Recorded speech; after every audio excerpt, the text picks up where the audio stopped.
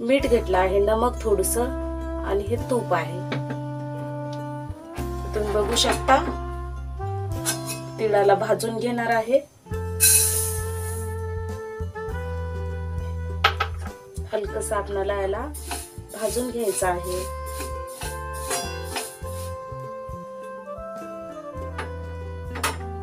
आपल्याला तिळाला थोडं याला भाजून घेऊन नंतर आपल्याला याचे लाडू बनवायचे आहेत।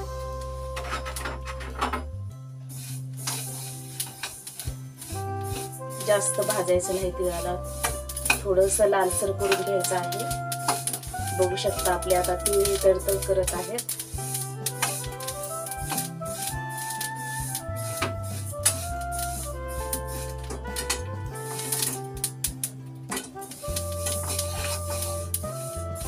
कळेल भाजला आहे किंवा नाही। जर भाजला असेल तर सुटेल, भाजायला नसेल तर तेल निघेल मधून।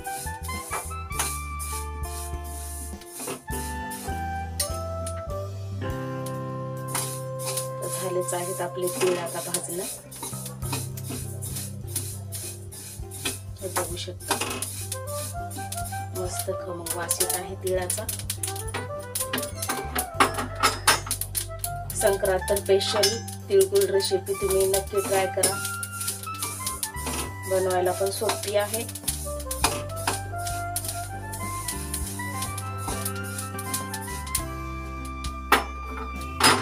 तूप पण टाकणार आहे।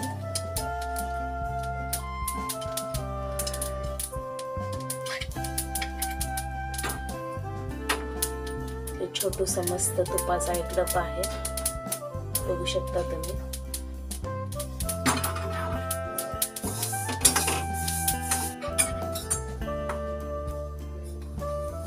आपल्याला बाउल मध्ये काढून घ्यायचं आहे तिळाला।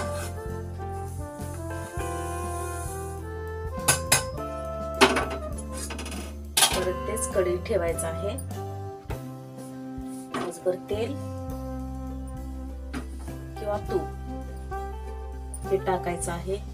तूप घातलं आहे, टाकायचं आहे। 1 वाटी तीळ आणि 1 वाटी गूळ घेतला आहे। गूळ आहे, आपल्याला जास्त टाकायचं नाही, आपल्याला पाणी थोडंसं टाकायचं आहे। आपल्याला असं मिक्स करून घ्यायचं आहे सगळं। हे बघू शकता तुम्ही, असं आपल्याला पाक करून घ्यायचा आहे। आपल्याला असं वाटीमध्ये टाकून चेक करायचं आहे की आपला पाक बनला किंवा नाही। बघू शकता आपला पाक मस्त झाला आहे।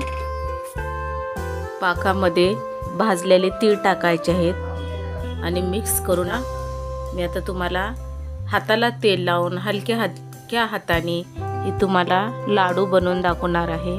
एकदम साधी व सोपी रेसिपी आहे। माझ्या रेसिपीला लाईक करा, शेअर करा, सबस्क्राइब करा। संक्रांतीच्या तुम्हाला खूप खूप शुभेच्छा।